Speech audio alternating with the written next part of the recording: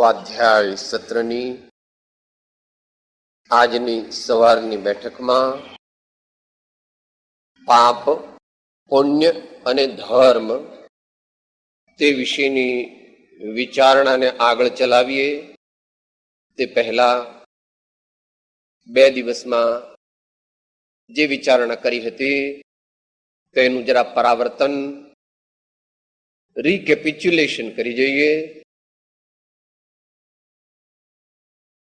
જે કોઈ શ્રેયને ઈચ્છે છે, જે કોઈ ઉર્ધ્વ ગમન, સ્વર્ગ મોક્ષ, નિશ્રેયસ, પરમપદની પ્રાપ્તિને ઈચ્છે છે,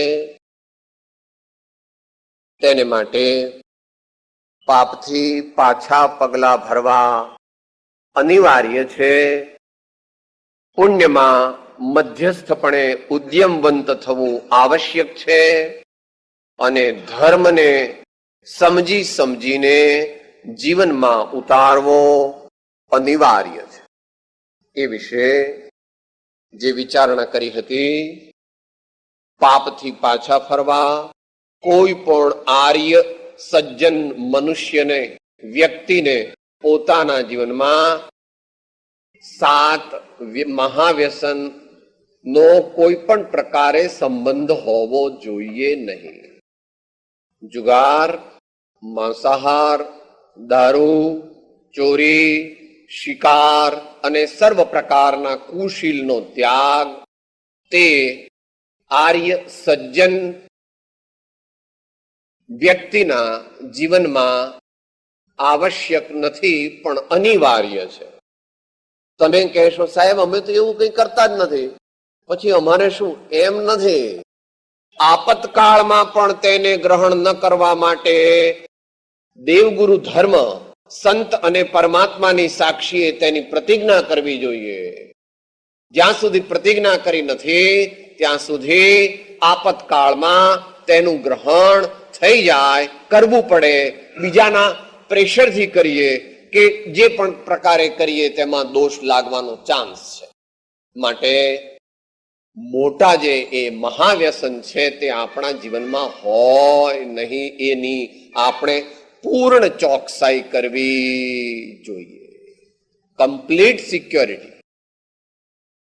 ત્યાર પછીની વાત જે છે એમાં પોતાની શક્તિ પ્રમાણે એની એ જ વાત મૂકે છે જે ભારતીય વિચારધારામાં સર્વત્ર માન્ય છે, જેને વ્રત કહેવામાં આવે છે.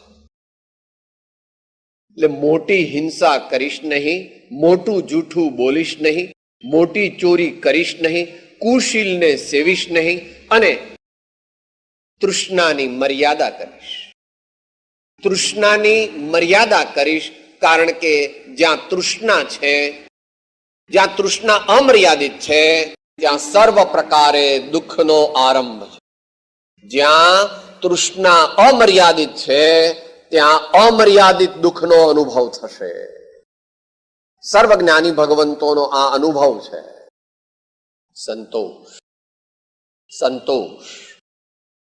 પછી પોતાના સંજોગ, પોતાના સંસ્કાર, પોતાની પૂર્વભવની આરાધના, વર્તમાન જીવનની જે પણ કંઈ કમિટમેન્ટ્સ, જવાબદારી એ અને પોતાના પુરુષાર્થની તરતમતાના પ્રમાણમાં તે પાપથી પાછા ફરવાનો ઉદ્યમ વિવેકી મનુષ્યો કરે છે. એટલી વાત આપણે પાપથી પાછા ફરવા વિશેની વિચારી હતી. ટૂંકમાં આપણે આજનો જે વિષય લેવાનો છે તે વિવેકપૂર્વક પુણ્યની વૃદ્ધિ કેવી રીતે કરવી, પુણ્યની વૃદ્ધિ કેવી રીતે કરવી. લોકો કહે છે તે પુણ્યની વાત નથી. લોકો જે કહે છે તે પુણ્ય જુદું છે. એ પુણ્ય છે ખરું, પણ એ પુણ્ય અહીંયા ગૌણ છે. કે કેમ સાહેબ? લોકો કહે છે એ પુણ્ય, તમે કહો છો એમાં શું ફેર? ઘણો ફેર છે.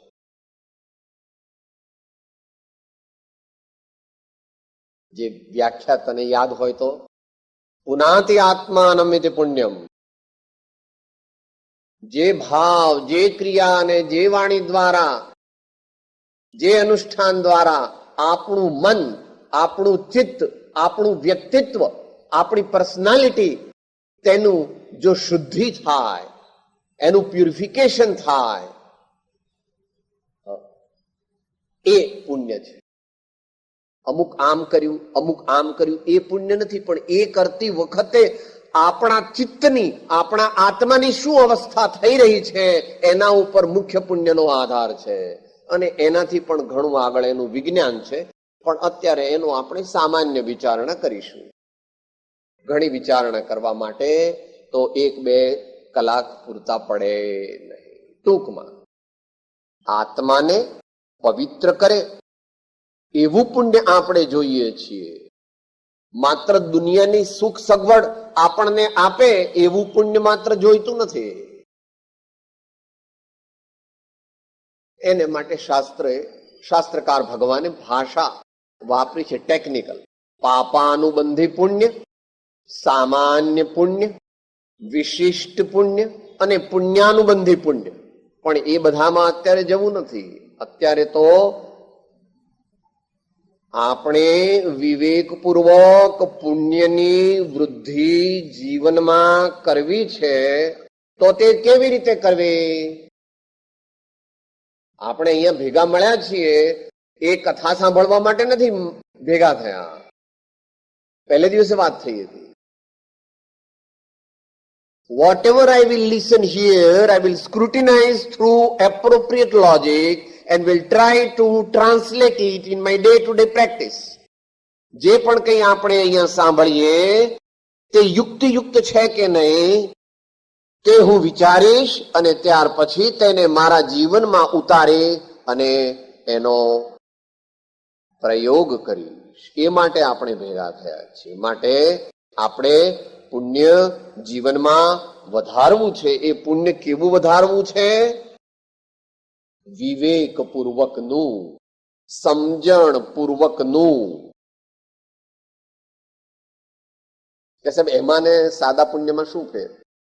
તો હમણાં બહાર જાઓ તો પેલો ભિખારી હોય એમ કે બાપા એક બીડી આપો ને ધર્મ થશે.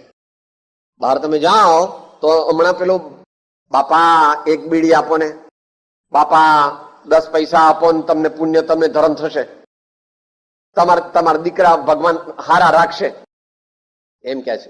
તો એ કે છે એ વાત અપેક્ષા એ સાચી છે, અપેક્ષા એ સાચી, પણ આપણે એવું પુણ્ય જોઈતું નથી કે આપણા દીકરા સારા રહે અને આપણને માત્ર પુણ્ય થાય. આપણે તો એવું પુણ્ય જોઈએ છે કે જે પુણ્યનો ઉદય થતા આપણો યથા સમયે જે જન્મ થાય તે ધાર્મિક કુળમાં થાય, ઉત્તમ સંસ્કારી કુળોમાં થાય, જ્યાં આગળ જ્ઞાની ધર્માત્મા મુનિજન સાધુઓની અવરજવર હોય, જ્યાં તેમનું દિવ્ય અનુભવ વાણી સાંભળવાનો યોગ મળે, આપણી બુદ્ધિ સ્થિર રહે અને આપણા ઘરમાં જેવા ધાર્મિક સંસ્કારો હોય કે જેની અંદર જોડાતા આપણને ચિત્તની શાંતિ, ચિત્તની પવિત્રતાની વૃદ્ધિ થાય, જ્ઞાન અને સંયમના માર્ગમાં આગળ વધવા માટે પ્રેરણા મળે, એ પ્રકારના સંજોગો મળે એવું પુણ્યાનુબંધી પુણ્ય અથવા વિશિષ્ટ પુણ્ય આપણે વધારવું છે હાલ. કારણ કે આપણી સ્થિતિ એવી છે, આપણી સ્થિતિ એવી છે. પુણ્ય તે આપણું ધ્યેય નથી, પણ પુણ્ય તે ઇન્ટરમીડિયરી સાધન છે. પુણ્ય તે આપણું ગંતવ્ય સ્થાન નથી, પરંતુ પુણ્ય તે આપણા ગંતવ્ય સ્થાન ભણી જવા માટે ભૂમિકા છે, એક તૈયારી છે. કે સાહેબ એવું કેવી રીતે થાય, એવું પુણ્ય કેવી રીતે થાય? કે એ પણ ઘણી મોટી વાત છે કે એવું દરેકને ન થાય બાપા. એને માટે ઘણી લાયકાત જોઈએ. પણ એક લાયકાત તું અત્યારે કરી શકે એમ છે, એ તને કહી દઈએ. બીજી લાયકાત વળી કોઈક સમયે તું વ્યક્તિગત જાણી લેજે. ઉત્કૃષ્ટ પુણ્ય, વિશિષ્ટ પુણ્ય જોઈતું હોય તો શું કરવું? મર જાઓ માંગો નહીં અપને તન કે કાજ, મર જાઓ માંગો નહીં અપને તન કે કાજ. જો ઉત્તમ પુણ્ય જોઈતું હોય તો ભગવાનને પ્રાર્થના કરીએ, ભગવાનની ભક્તિ કરીએ, કંઈ પણ ધાર્મિક અનુષ્ઠાન કરીએ તેમાં ભગવાન પાસે કોઈ પણ દુન્યવી વસ્તુની માગણી કરવી નહીં. બહુ સમજવા જેવો છે મુદ્દો, 1-2 મિનિટમાં જ પૂરો કરી નાખું છું. ભગવાન પાસે આપણી સાંસારિક વ્યવહારિક જરૂરિયાતની માગણી કરવી નહીં. કે સાહેબ તો પછી આ આપણને કેવી રીતે મળે?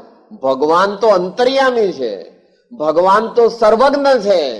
તારે કેટલા દીકરા જોઈએ, કેટલા બંગલા જોઈએ, કેટલી મોટર જોઈએ, કેટલા ટેલિફોન જોઈએ, કેટલી તારું સોશિયલ સ્ટેટસ જોઈએ, તારી ફેમ કેવી હોવી જોઈએ, એ બધાની ભગવાનને પૂરેપૂરી ખબર છે.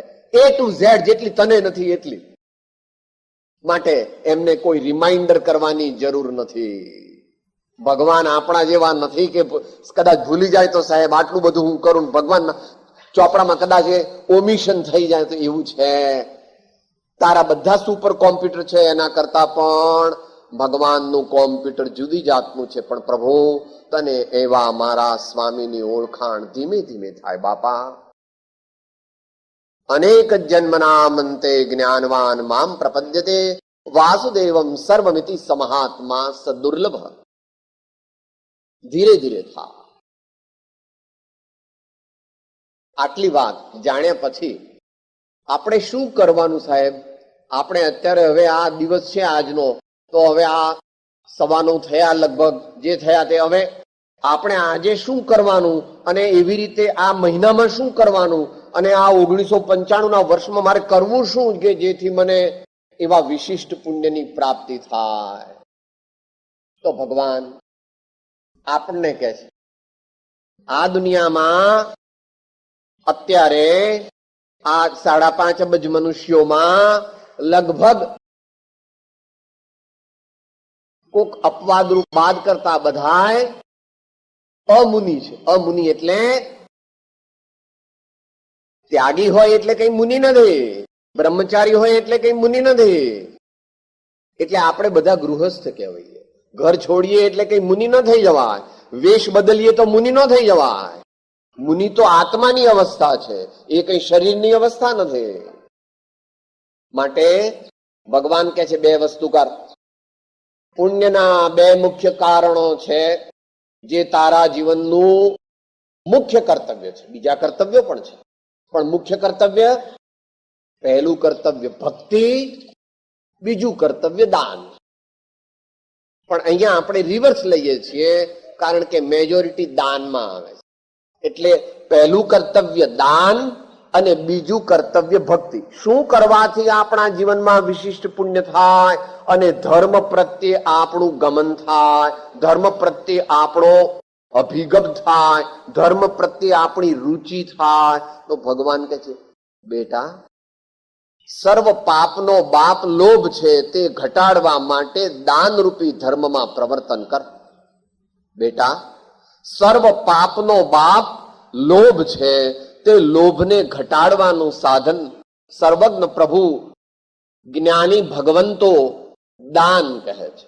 દાન તે લોભ ઘટાડવાનું શ્રેષ્ઠ સાધન છે.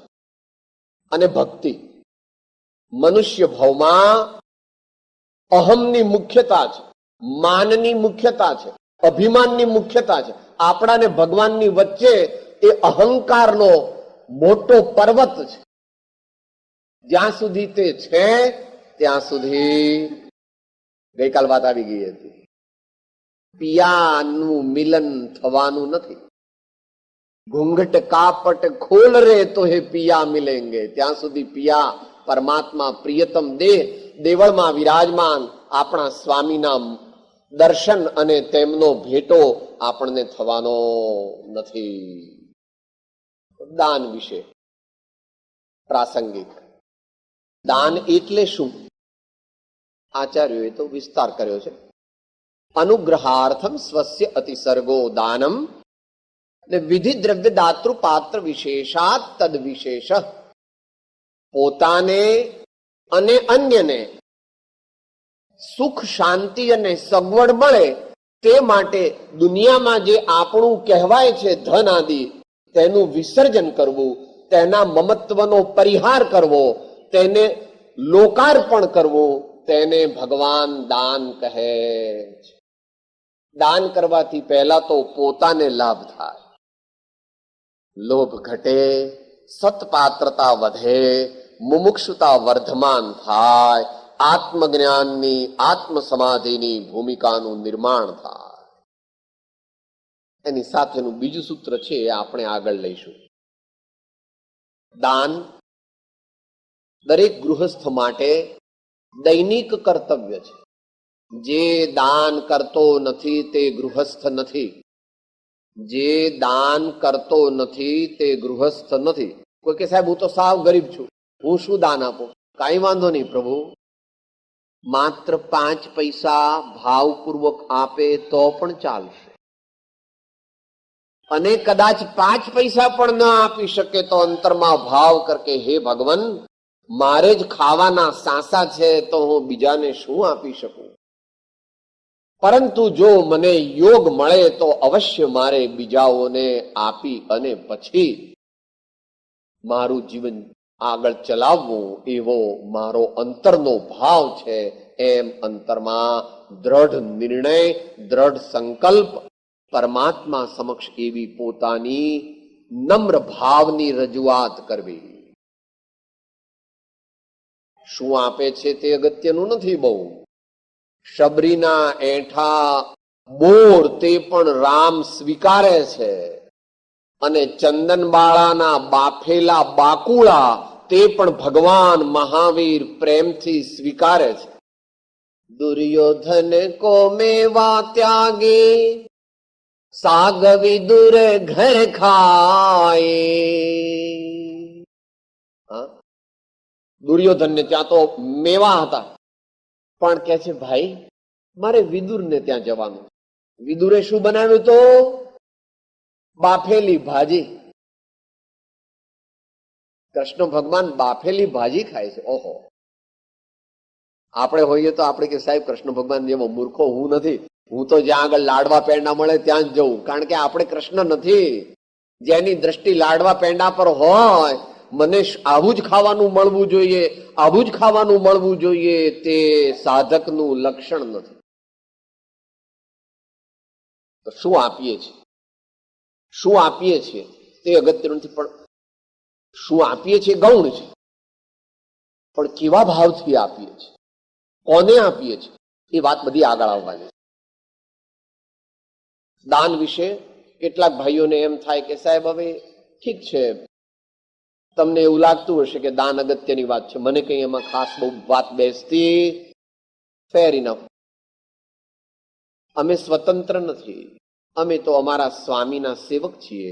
માટે અમારા સ્વામીએ જે કહ્યું અને જે કંઈ એમની વાતનો સ્વીકાર કરવાથી અમારા અનુભવમાં આવ્યું એ જ અમે તને કહી શકીએ. અમે અમારી કલ્પનાથી તને પણ ન કહી શકીએ, અને તને ગમે એટલે તું રાજી થાય એવું પણ અમે કંઈ કહી શકીએ. દાનનો મહિમા મોટો છે. આપણા ગુજરાતમાં સૌરાષ્ટ્ર પ્રદેશ બાજુ એ બહુ પ્રસિદ્ધ છે દોહરો. જનને જણ તો ભક્ત જણને કાંદાતા કાશું. એ જનને જણ તો ભક્ત જણને કાંદાતા કાશું. નહીતર રહેજ વાંઝણી ને મત ગુમા વિષ્ણુ. નહીતર રહેજે વાંઝણી મત ગુમા વિષ્ણુ. આપણે તો પ્રેક્ટિકલ પર જવું છે, પણ એનો મહિમા જાણવો જોઈએ, એનો મહિમા જાણવો જોઈએ. કર્ણને યાદ કરીએ છીએ, ભામાશાને યાદ કરીએ છીએ. અત્યારે પણ એવા દાનવીર પોતપોતાની શક્તિ પ્રમાણે દેશકાળ પ્રમાણે છે, પરંતુ વર્તમાન મનુષ્યોના નામ ઓછા લેવા. જે મહાનુભાવો સત્કાર્ય કરે છે નિસ્પૃહપણે, તે સર્વ પ્રશંસનીય છે. તે સર્વ પ્રશંસનીય છે. જે ગુણિયલજનો, જે મહાત્માઓ, જે ધર્માત્માઓ, જે સજ્જનો સત્કાર્ય કરે છે અને સ્વાર્થનો ત્યાગ કરે છે, તે મહાન છે, તેવો પ્રશંસનીય છે. માટે દાન કરવાથી વિશિષ્ટ પુણ્યની પ્રાપ્તિ થાય છે અને દરેક ગૃહસ્થનું એટલે આપણા સર્વનું તે કર્તવ્ય છે. એનો વિષય બહુ મોટો છે, અત્યારે એ લેતા નથી, કારણ કે આપણો વિષય છે પુણ્યની વૃદ્ધિ. આપણો વિષય દાનનો નથી. દાન તો પુણ્યનું કારણ જેટલું છે એટલો જ આપણો દાનનો વિષય છે. આપણો વિષય તો છે પુણ્યની વૃદ્ધિ કેવી રીતે થાય. તો વિવેકપૂર્વક દાન કરવા માટે શું કરવાનું? એક તો અન્નદાન છે. અન્નદાનની અંદર બીજા 4 દાન ગર્ભિત છે: પાણી, ઔષધ, મકાન અને શૈયા. એની અંદર અપેક્ષા એ ગર્ભિત છે. ભિન્ન ભિન્ન આચાર્યો એને જુદા પણ કરે છે, એને સાથે પણ લે છે. જે પ્રમાણે તમારી મેથોડોલોજી હોય તે પ્રમાણે તમે કરી શકો. અન્ન લેને કો હરિ નામ હૈ, દેને કો અન્નદાન. લેને કો પ્રભુ નામ હૈ, દેને કો અન્નદાન. આપણી ભારતની બધી પરંપરાઓમાં એ અન્ન ક્ષેત્રો છે, ભોજનશાળાઓ ચાલે છે, અનેક પ્રકારે રામરોટી કેન્દ્રો ચાલે છે, અનેક પ્રકારે અન્નદાનનો મહિમા દેશમાં છે ખરો.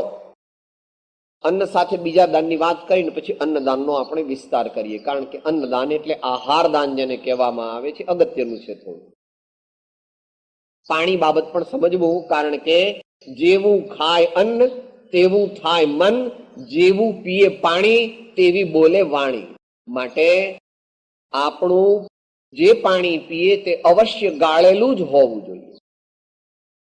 કદાચ જો આપણે મુસાફરીમાં હોઈએ તો એક ચોખ્ખો રૂમાલ રાખવો જોઈએ. ગાળ્યા વગરનું પાણી પીવું તે આરોગ્યની દ્રષ્ટિએ તો હાનિકારક છે જ, અને તે ધર્મની દ્રષ્ટિએ પણ અનુકૂળ નથી. અને જે કોઈ આગળ વધેલા સાધકો નિયમ વાળા હોય તેઓ તો ઉકાળેલું પાણી પણ પીએ છે, એ વાત પ્રાસંગિક છે. મકાનની વાત આવે છે. એમાં સામાન્ય મનુષ્યો માટે આપણે જે કંઈ આપણે મકાન આપીએ, આશ્રય સ્થાન આપીએ, વસતિકા આપીએ, તે ઇષ્ટ છે. પરંતુ જ્યારે ત્યાગીજનોને આપીએ ત્યારે ખાસ યાદ રાખવું જોઈએ, આપણે ધર્મશાળા બનાવીએ, ઉપાશ્રય બનાવીએ, સાધુઓને રહેવાની સંત કુટીર કે ત્યાગી નિવાસ બનાવીએ, ત્યારે એ કોઈ રાજાનો મહેલ નથી. માટે ત્યાં આગળ લક્ઝરીનું પ્રદર્શન ન હોવું જોઈએ. જે રીતે જીવનના સર્વ વિભાગમાં સાદાઈ છે, તેમ પોતાના મકાનમાં પણ સાધુ સંત અને ત્યાગીઓને માટે સાદાઈ હોવી જોઈએ. આપણે એમના પ્રત્યેની ભક્તિથી પ્રેરાઈ અને અંદરમાં એર કન્ડિશનર મુકાવીએ, બધું આરસ મુકાવીએ, એ પ્રમાણે પેલું આવે છે ને ભાઈ ગ્રેનાઇટ મુકાવીએ, એવી બધી કઈ સંત જ્ઞાની જનોને એવું બધું મુકાવવાની જરૂર નથી. તેઓએ પણ નિષેધ કરવો. સાદું બરાબર છે. એ તો વિપરીત કાળ છે એટલે, બાકી આગળ વધેલા મુનિજનોને માટે મકાન છે નહીં. તેઓનો નિવાસ વનમાં છે, તેઓનો નિવાસ તો ગિરી ગુફામાં છે. પરંતુ વર્તમાન કાળમાં એ સંભવ નથી, કારણ કે આપણા શરીર એવા નથી અને સમાજની વ્યવસ્થા એવી નથી. માટે મકાન, મંદિર, ધર્મશાળા કે ઉપાશ્રય એવી જગ્યાએ સાધુને પણ રહેવું પડે છે. એ આ દેશકાળની એક બલિહારી છે. શૈયા એટલે એમને સુવાની જગ્યા. જે પણ કંઈ પાટ હોય કે લાકડાનું જે વ્યવસ્થા હોય, અથવા કંઈ પાથરણું પાથરતા હોય તેઓ તો તે પાથરણું પાથરે એ વ્યવસ્થા વગેરે. અને ઔષધ, આપણા જીવનમાં પણ ઔષધનું ધ્યાન રાખવું. અને ત્યાગી ધર્માત્માઓને ઔષધ લાવી આપીએ ત્યારે ખાસ ધ્યાન રાખવું. તો સંત સાધુ અને ધર્માત્માઓને તો એવી જે ન ખવાય એવી અભક્ષ્ય વસ્તુઓ વાળી દવા ન આપવી જોઈએ. બહુ મોટા જે મહાપુરુષો છે તે તો ઔષધિનો સ્વીકાર જ કરતા નથી અથવા આહારની સાથે જ ઔષધિ લઈ લે છે. આટલી વાત સાથે હવે આપણે આહારમાં આવીએ. આહારદાન. આહારદાન અનેક પ્રકારે છે. આપણી જૂની પરંપરામાં પહેલી રોટલી કૂતરા માટે, બીજી રોટલી ગાય માટે અને ત્યાર પછી જે રોટલી થાય તે આપણા ઘરના લોકો માટેની વ્યવસ્થા હતી. હવે અત્યારે તો ફ્લેટ થઈ ગયા અને પ્રેમ આપણા જીવનમાંથી નષ્ટ થઈ ગયો. આપણા જીવનમાં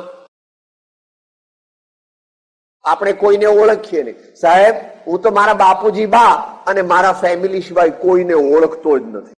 હું કોઈને મળતો પણ નથી. ગઈકાલ વાત આવી ગઈ હતી. કેમ મળતા નથી? કારણ કે દરરોજ હું 6 કલાક ટીવી ભગવાનની ભક્તિ કરું છું.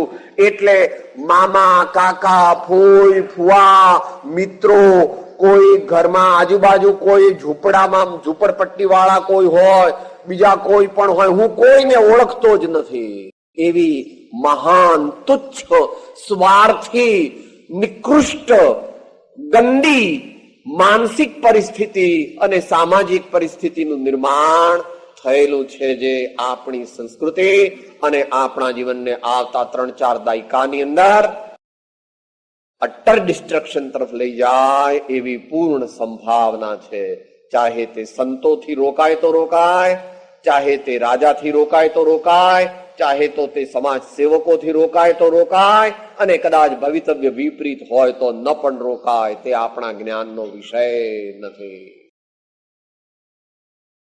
જેના જીવનમાં પ્રેમ નથી, જેના જીવનમાં મૈત્રી નથી, જેના જીવનમાં કરુણા નથી, જેના જીવનમાં બીજાઓને મદદ કરવાની, બીજાઓને ઉપયોગી થવાની એવર રેડી સર્વિસિએબિલિટીની મેન્ટાલિટી નથી, એવા મનુષ્યો તે પોતાના જીવનમાં આગળ વધી શકતા નથી.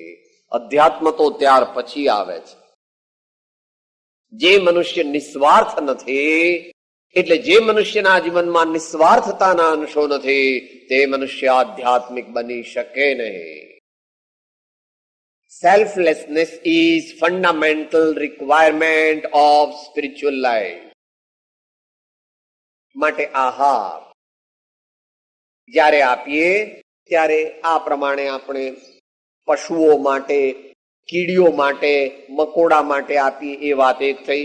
રાતના ભાઈ ભિખારી વગેરે નીકળે છે, માગણ વગેરે નીકળે છે, એને માટે પણ કંઈક આપણે 1-2 રોટલી વધારે કરી હોય, અથવા હોય જ સામાન્ય રીતે થોડું વધે તો તેમને પણ આપવું અનુકંપા દાન રૂપે. બીજા અનેક પ્રકારના દાન પોતપોતાની શક્તિ પ્રમાણે આપવા જોઈએ. તે દાનના પ્રકાર માત્ર સામાન્ય જણાવી શકાય, કારણ કે દાનનો વિષય ઘણો મોટો છે. પણ પહેલા આહારદાન પૂરું કરી લઈએ. આહારદાન સંત સાધુઓને જ્યારે આપવું હોય ત્યારે એનું એક ખાસ સાવધાનીથી કરવું જોઈએ. સાધુ સંતોને આહારદાન કરાવીએ એ કોઈ ભિખારીને આપીએ એવી રીતે એમને આહારદાન ન કરાવાય. આપણે એમને એમાં જુદી જુદી પદ્ધતિ જુદી જુદી છે, એ વાત જુદી. 1, 2, 3 દિવસ પહેલા કહેવું જોઈએ કે આપ અમારે ઘેર પધારશો અને અમારા આંગણાને પવિત્ર કરશો. અમારો ભાવ છે કે આપનું ભોજન, આપની આહાર વિધિ અમારે આંગણે થાય તો અમને ખૂબ આનંદ થશે. અમારી આપને નમ્ર વિનંતી. ઘણા ત્યાગીજનો આમંત્રણ સ્વીકારતા નથી, એ તો નીકળ્યા હોય, અને જો આપણે એમને બોલાવવા પડે, નિમંત્રણ આપવું પડે, એવી પણ આપણામાં એક પદ્ધતિ. તો એમને વિનયપૂર્વક એમને બોલાવવા જોઈએ. આપણા અંતરની અંદર પ્રેમ હોવો જોઈએ, આપણી આંખની અંદર અમી હોવું જોઈએ, અને આપણા શરીરની અંદર વિનય અને ભક્તિના બધા લક્ષણ હોવા જોઈએ. ધન્ય છે કે આપ અમારા આંગણે આવશો અને આપના શરીરનું નિર્વહન તે અમારા ઘરના અન્નથી થાય તો એ અમે અમારું ધન્ય ભાગ્ય સમજીશું.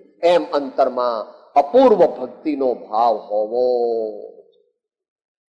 પછી પોતપોતાની વિધિ તમે જે કરતા હોય તે કરો, એનો વાંધો નથી. કારણ કે વિધિ વિધાન, બહારના અનુષ્ઠાન એ બધા તો પોતપોતાની જે પરંપરા હોય, પોતપોતાની જે કુળ પરંપરા હોય, ધર્મ પરંપરા હોય, સંપ્રદાયની પરંપરા હોય, એમાં જુદી જુદી રીતે હોય છે, એનો વાંધો નથી. પણ ભાવ એ મુખ્ય છે. એટલે જે પેલી વાત આવી હતી દાનનું બીજું સૂત્ર, વિધિ દ્રવ્ય દાતૃપાત્ર વિશેષાત તદ વિશેષ. વિધિ પૂર્વક દાન આપે તો 100,000 કે લાખ ગણું ફળ મળે.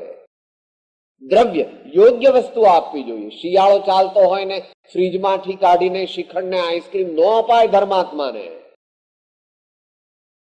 એવી રીતે ઉનાળામાં બહુ ગરમ ગરમ કઢી કે ગરમ ગરમ રાબ કે એવી વસ્તુઓ ઉનાળાના દિવસોમાં ન અપાય. માટે આપણે ઋતુ પ્રમાણે, એ ધર્માત્માના શરીરની તાસીર પ્રમાણે જે એમને સુપાચ્ય હોય, પ્રમાદ ન કરે, એમની ધર્મ આરાધનામાં વૃદ્ધિ કરે અને એમનું આરોગ્ય જળવાય એવી સાત્વિક અને દેશ કાળ અને ઋતુને અનુરૂપ શુદ્ધ વસ્તુથી પોતે જ બનાવેલી રસોઈયાનો આહાર આપણે એમને નહીં આપવાનો.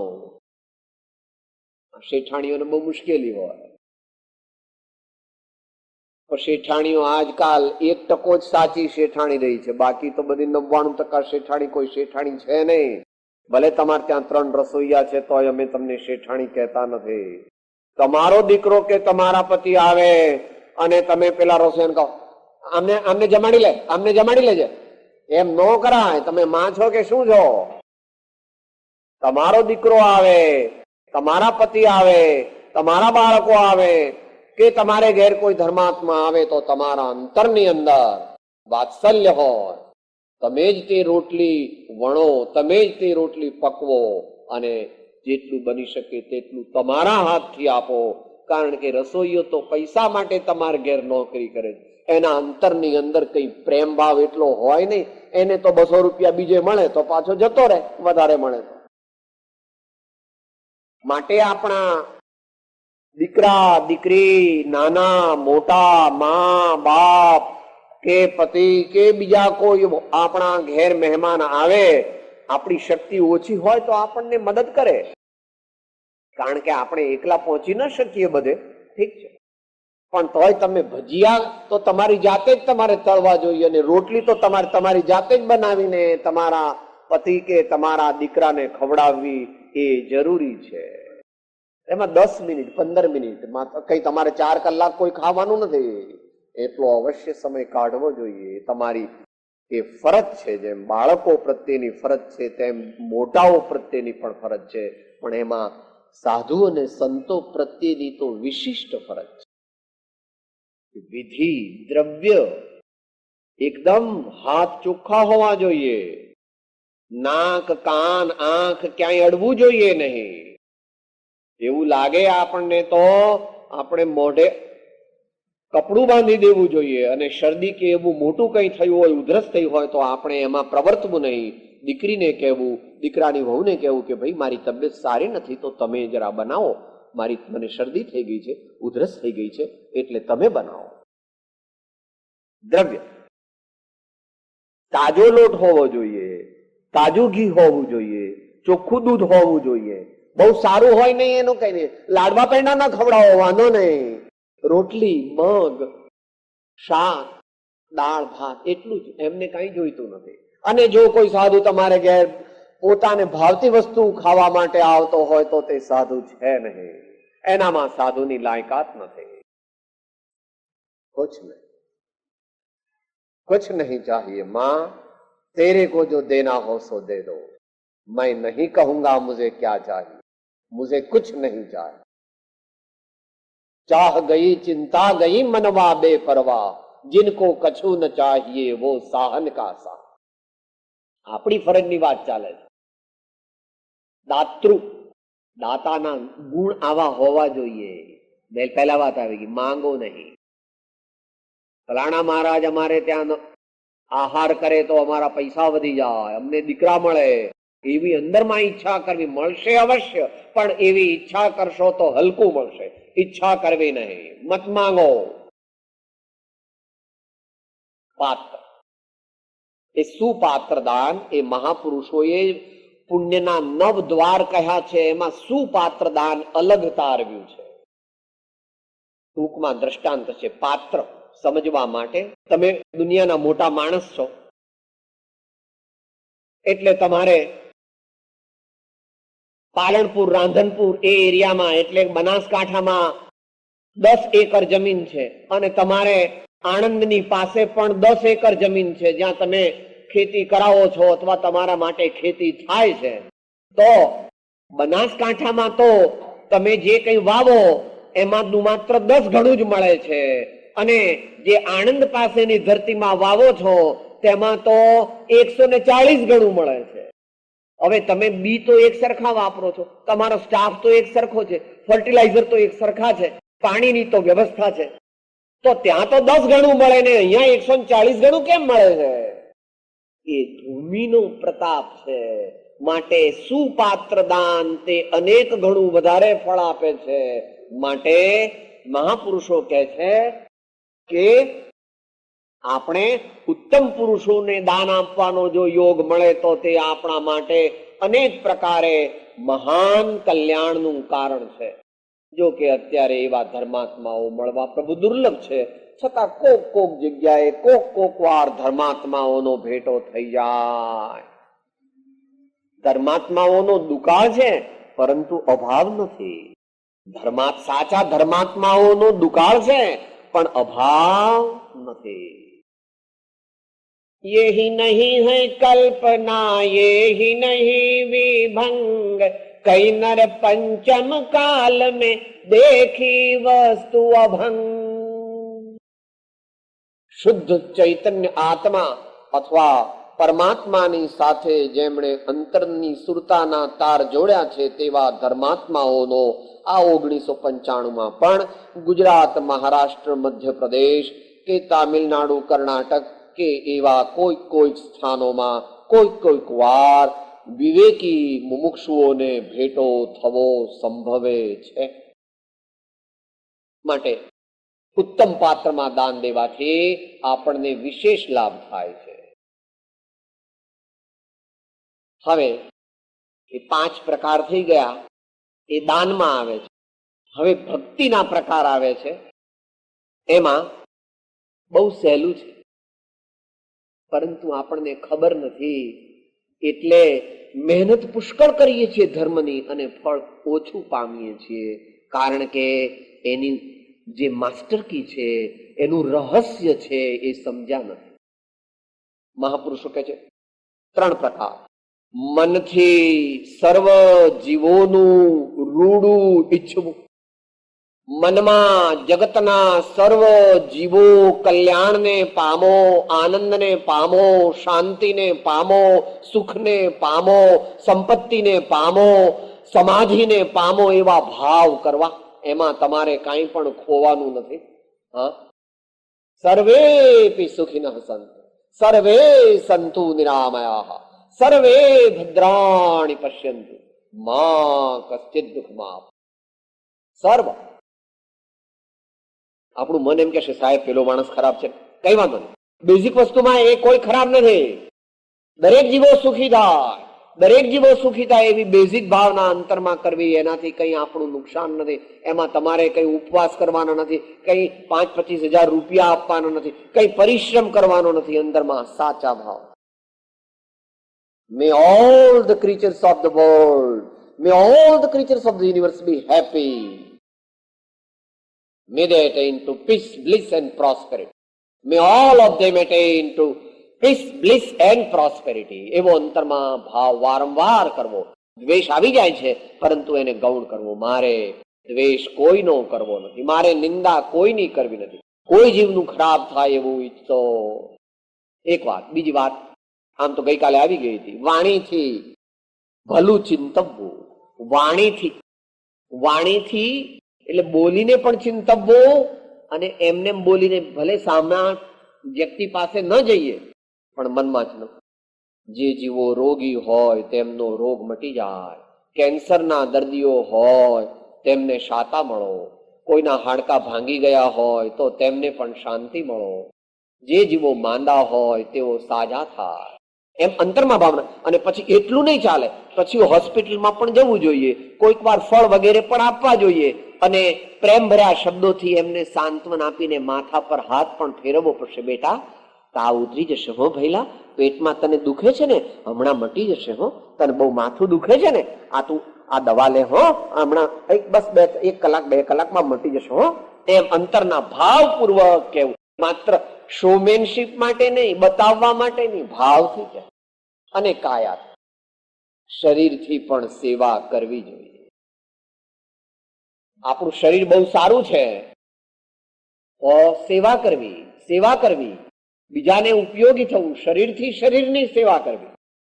કોઈનું માથું દાબી આપવું, કોઈનો પગ દાબી આપવો, કોઈને માથે અહીંયા આગળ કોઈ માટી મૂકતું હોય આંખની ઠંડક માટે તો એને તૈયારી કરવી, કોઈ પેટ ઉપર માટી મૂકતું હોય તો એને એ રીતે કરવું, જેને કઈ માલિશ કરવી હોય તો માલિશ કરી. જે રીતે આપણાથી થાય દેશ કાળ અને યોગ્યતા પ્રમાણે આપણે બીજાઓની શરીરથી સેવા કરવી આવશ્યક છે. સેવા ધર્મો પરમ ગહનો યોગિનામપ્યગમ્યમ. સેવા ધર્મો પરમ ગહનો યોગિનામપ્યગમ્યમ. સામાન્ય યોગીઓને એની ખબર નથી કે બીજાઓની સેવા શું કરવી. હમણાં છેલ્લું પદ બોલાતું હતું, એની છેલ્લી કડી હતી કે જ્ઞાનમાં તો હું મસ્ત થયો અને સેવા કરવાની ભૂલી ગયો. જ્ઞાનના ગ્રંથો વાંચવામાં, એકલા જ્ઞાનના ગ્રંથો વાંચ્યા અને સેવા તો મહાપુરુષોની કરીને, તો એકલા જ્ઞાનના ગ્રંથો વાંચવાથી કોઈને જ્ઞાન થઈ શકે નહીં. જે સેવા ન કરે, જે ધર્માત્માઓની અને સાધર્મીઓની સેવા ન કરે, હર પ્રકારે જે બીજાઓને અનુકૂળ થઈને ન વર્તે, તેમને પ્રાપ્ત થાય નહીં. અને હવે છેલ્લો મુદ્દો છે, મનથી બીજાઓનું રૂડું ચિંતવવું, વાણીથી બીજાઓનું રૂડું કરવું, શરીરથી બીજાઓનું રૂડું કરવું, અને યોગ્ય જગ્યાઓએ ભાવપૂર્વક વિનય કરવો. યોગ્ય સ્થળે અવશ્ય વિનય કરવામાં ઉદ્યમવંત થવો. ભગવાનના મંદિરમાં જઈએ ત્યારે ભગવાનના વિનય નહીં કરવાનો. ઘેરથી તમે નીકળ્યા, ચાહે ચાલતા, સાયકલ ઉપર, સ્કૂટર ઉપર, ગાડીમાં કે રિક્ષામાં, ત્યારથી જ મનમાં ભગવાનનું નામ લેવા માંડવું જોઈએ. મંદિર તો દેખાય ત્યારે આનંદિત થઈ જાઓ, હો મારા પ્રભુનું ધામ આવ્યું. અને જ્યારે પગથિયા ચડતા ચડતા બોલવું નિશ્ચય નિશ્ચય નિશ્ચય, એટલે શરીરથી પાપનો ત્યાગ કરું છું, વચનથી પાપનો ત્યાગ કરું છું, મનથી પાપનો ત્યાગ કરું છું, અને પરમાત્માના દર્શન થાય ત્યારે નમોસ્તુ નમોસ્તુ નમોસ્તુ. હે પરમાત્મા, સર્વ પ્રકારે નિશ્ચલ્ય થઈને આપને હું શરીરથી વંદન કરું છું, વચનથી વંદન કરું છું, મનથી પણ વંદન કરું છું. આપ પરમાનંદ અને પરમ જ્ઞાનને પામ્યા. આપના ચરણની સેવાથી, આપની સેવા, વંદના, ભક્તિ, સ્તુતિ કરવાથી મારો આત્મા પણ પવિત્ર થાવ. હે ભગવંત, હું આપને શરણે આવ્યો. એમ સર્વ પ્રકારે ભાવપૂર્વક પરમાત્માની આપણે વિનય ભક્તિ કરવા જોઈએ. ભગવાનને એમ આપણે ભગવાનને વંદના ન થાય. તમારા સાહેબને કેબિનમાં જાઓ છો તોય પૂછો છો, મે આઈ કમ ઇન સર, એમ પૂછો છો. ત્યાં જઈને ફટ બેસી જાઓ છો, ઉભા રહો છો. મોટા શેઠ અને સાહેબની કેબિનમાં જાઓ છો તો ત્યાં જઈને એમની સામે ખુરશીઓ તો ઘણી પડી છે, પણ બેસો છો? સાહેબ મોટા હોય ત્યાં બેસાય નહીં. એ લોકો આપણને રજા આપે પછી જ બેસાય, એટલી તમને ખબર નથી. મોટા માણસ પાસે જઈને બેસી ન જવાય, આપણે ઉભા રહેવું જોઈએ. તેઓ આપણને કહે ત્યારે જ બેસાય. દુનિયાનું ડાપણ તો બધું છે, અને 3 લોકના નાથ છે, તેમની સાથે કેવી રીતે વર્તવું તેની ખબર નથી તો પ્રભુ અલ્પ જ ફાયદો થાય. માટે પરમાત્માની ભક્તિ, વિનય એ વિષય તો જુદો છે. શ્રવણ, કીર્તન, ચિંતન, વંદન, સેવન, ધ્યાન, લઘુતા, સમતા, એકતા, જેવો પોતાનો ભાવ, જેવી પોતાની શક્તિ, જેવા પોતાના સંયોગ, એ પ્રકારે પરમાત્માની ભક્તિ તો કરવી. પરંતુ અહીં અંત મંગળ તરફ જઈ રહ્યા છીએ ત્યારે બોલીએ. અંત મંગળ તો 2 મિનિટ પછી બોલીએ છીએ, 3 મિનિટ. જેના ઘરમાં ભક્તિ ગાન તે ઘર આવે છે ભગવાન. જેના ઘરમાં ભક્તિ ગાન તે જ્યાં છે સંત તણા સન્માન એ ઘરે આવે છે ભગવાન. જ્યાં છે સંત તણા સન્માન એ ઘરે આવે છે ભગવાન.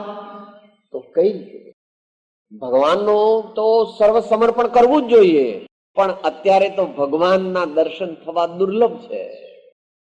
અમુક માન્યતા પ્રમાણે તો અત્યારે ભગવાન અહીંયા મળી શકે એવી વ્યવસ્થા જ નથી. તો ભગવાનના પ્રતિનિધિ, ભગવાનના મેસેન્જર, ભગવાનના આસિસ્ટન્ટ, ભગવાનના સેવક, ભગવાનના ટપાલી, ભગવાનના દાસ જે છે તેમનો વિનય કરવો. કારણ કે એમના દ્વારા ભગવાન પાસે જવાય છે. ભગવાન મોટા છે, એમનો સીધો સંપર્ક થતો નથી. તમારે પ્રાઇમ મિનિસ્ટર કે ચીફ મિનિસ્ટરને મળવું હોય તો ઘણા દિવસ પહેલા પીએ ને મળે, પણ પીએ માં પાછા 3 પીએ હોય, એમાં પહેલા 3rd પીએ ને મળે ને એ પહેલા પાછા પેલા પિયુન ને મળવું પડે. આ ત્યાર પછી તમારે એમની મુલાકાત થાય. માટે આત્મા और परमात्मा अलग रहे बहुकाल, सुंदर मेला कर दिया सदगुरु मिला दलाल. સંતોનો વિનય કરવો એ અનિવાર્ય છે, આવશ્યક છે. એનાથી આપણું કલ્યાણ થાય છે. સંતોને કઈ છે નહીં. તું પગે લાગે ને વિનય કરતો હોય તને આશીર્વાદ છે, અને તું વિનય ન કરતો પણ તને આશીર્વાદ. દેને વાલે કા ભી કલ્યાણ હો, ન દેને વાલે કા ભી કલ્યાણ હો. અને તેમની વાણી જે છે, સંત પુરુષોની વાણી, સતશાસ્ત્ર, તેનો અવશ્ય વિનય કરવો. ભગવાનની અને સંતોની અનુભવ વાણી, તેનો આપણે અવશ્ય વિનય કરવો. અને હવે અંતમંગળ બોલીએ કે કેવી રીતે જલ્દી જલ્દી આપણને આત્મતત્વની, મોક્ષ માર્ગની, ચિત્તની શાંતિની અને આત્માની સમાધિની પ્રાપ્તિ થઈ શકે. આત્મસિદ્ધિની ગાથા છે. પ્રત્યક્ષ સદગુરુ સમ નહીં, પરોક્ષ જિન ઉપકાર, એવો લક્ષ્ય થયા વિના ઉગે ન આત્મ વિચાર. સદગુરુ દેવ કી, પરમ કૃપાળો દેવ કી, ત્રિલોકના નાથ કી, સબ સંતન કી આનંદ. હું આત્મા છું, આપનો સેવક છું, સૌનો મિત્ર છું. હું આત્મા છું, આપનો સેવક છું, સૌનો મિત્ર છું. હું આત્મા છું, આપનો સેવક છું, સૌનો મિત્ર છું.